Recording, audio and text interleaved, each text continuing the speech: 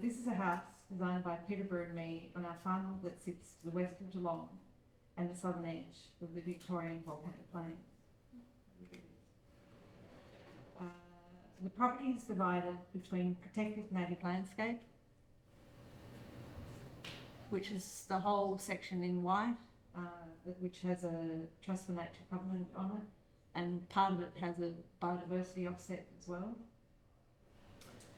And the cropping fields, which are the lines.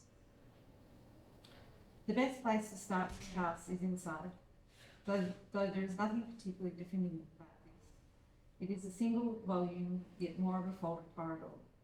The walls and ceilings merge together in the spaces, providing few clues to the form of the house and its place.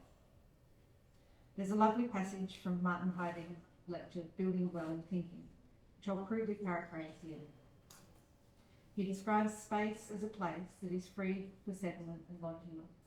Space is something that has been made room for, something that has been free, namely within a boundary. A boundary is not that at which something stops, but is that from which something begins. It's the essential unfolding. Our house occupies this idea, whereby the internal spaces are liberated and unfolded from the boundary of the shell.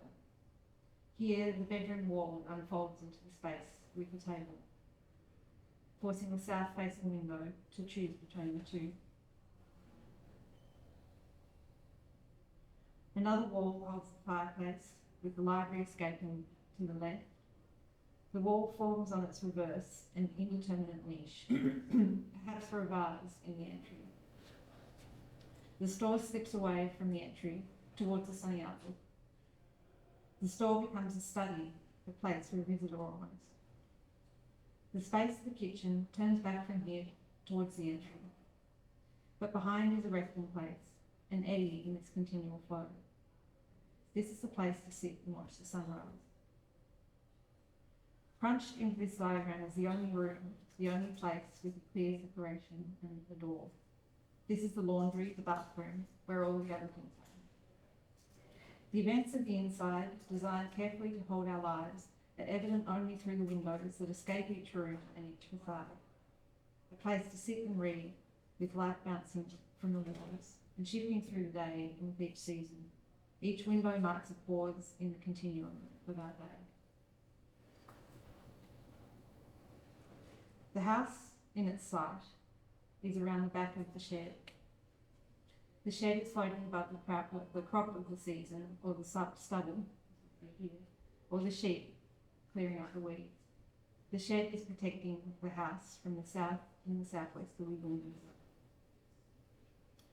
The house faces the grasslands, floating again, but now above native spear, kangaroo, and mullet grasses, or the dancing Michaelinus bipoides.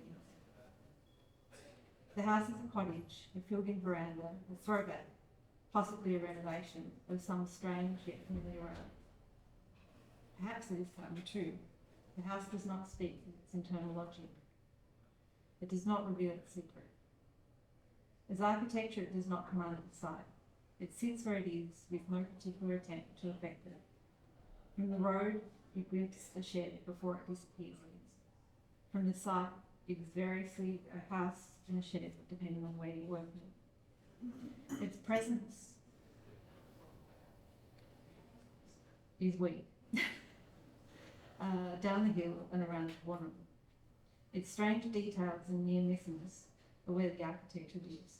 The eaves that were too heavy to hold themselves, the gutters that fly away at the end, the wall lining that better contains the floor, the windows that can't be restrained. The things that we know from our years of studying and practicing, and the time we spent living together, and our delight in this art of construction. The site, like the interior house, unfolds. It is episodic and impossible to hold as an object. The grassland is the most difficult to admire. It cannot be described as a landscape feature. It is not considered as such. It would be grazed if it had held more nutrients. It might be improved with exotic species to crowd out the natives and provide more nourishment for sheep and cows. The place is almost extinct. Surely it should yield to the wilderness, the majestic red gums and tangled manigons. This place is vulnerable, connected by a thread with an intermittent creek to other vulnerable remnants. Forming less than 2% of what once was the magnificent grassy volcanic plains of Western Victoria. This place comes to life each spring with its orchids and lilies and rare little peas, a home to birds that are so small and so colourful. The woodland beyond bleeds into the grassland and holds the north of the site against the power lines. The woodland is where we have the biodiversity offset. The woodland is akin to the grassland in species, but the balance is to the gnarly canopy. The woodland connects us to the Bannockburn bush, which stretches further north again.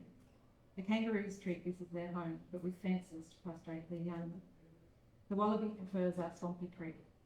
The concept for the house came from our existing circumstance, which by coincidence has no particular form, rather than a small part of a larger whole from the time of factory housing in Fitzroy.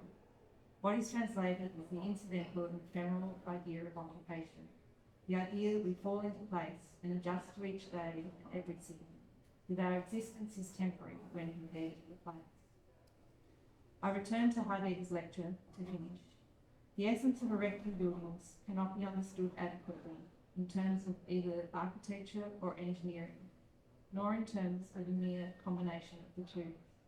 The erecting of buildings would not be suitably defined, even if we were to think of it as solely a letting appear, which brings something made as something present among things that are already present.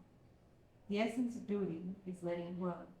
Building accomplishes its essential process in the raising of locales by the joining of spaces. Only if we are capable of dwelling, then we can build. Oh, only then we can build in.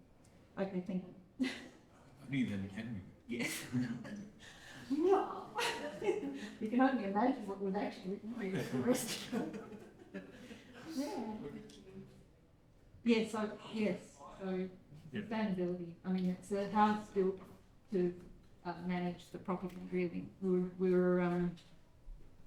we're ferrying ourselves up and down from Fitzroy every weekend, and more often twice. And we just felt that to build a sort of a work shed or a site shed to manage the property from would be so. It's sort of its reason is the management